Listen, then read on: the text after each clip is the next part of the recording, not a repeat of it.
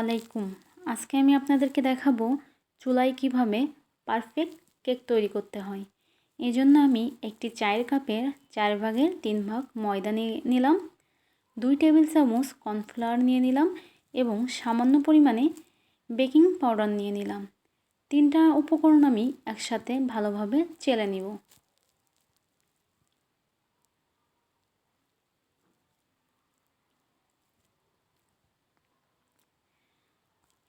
এবার আমি একটি পাত্রে রুম টেম্পারেচারে থাকা 2টা ডিম নিয়ে নিলাম এবং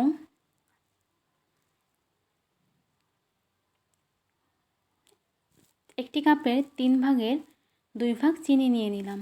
এবার আমি ডিম চিনি 10 মিনিট ভালোভাবে বিট করব।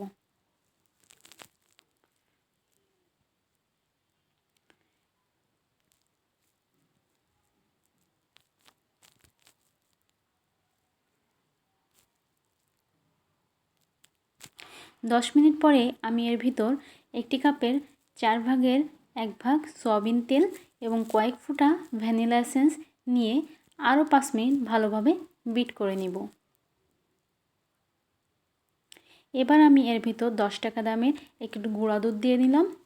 এটা আমি ব্যাটারের সাথে ভালোভাবে মিক্সড করে নিব এবং চেলে রাখা ময়দাটাকে আমি 3 ভাগে অল্প অল্প করে আলতো হাতে মিশিয়ে নিব।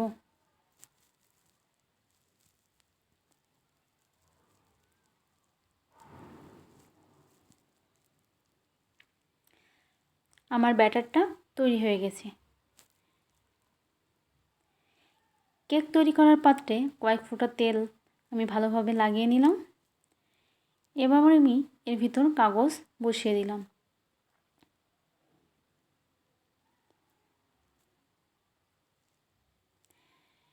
পাত্রটির ভিতর আমি ব্যাটারটি ঢেলে নিলাম। একটি চুলায় প্রেসার কুকার বসিয়ে আমি 5 মিনিট ফ্রি হিট করে নিলাম।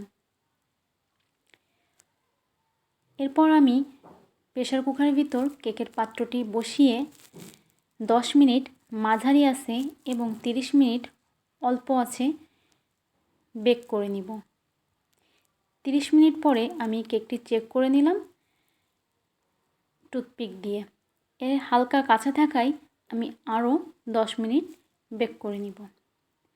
40 মিনিট পরে আমার কেকটি পারফেক্টভাবে তৈরি হয়ে গেছে। কেকটি ঠান্ডা হওয়ার পরে আপনাদেরকে কেটে দেখাবো।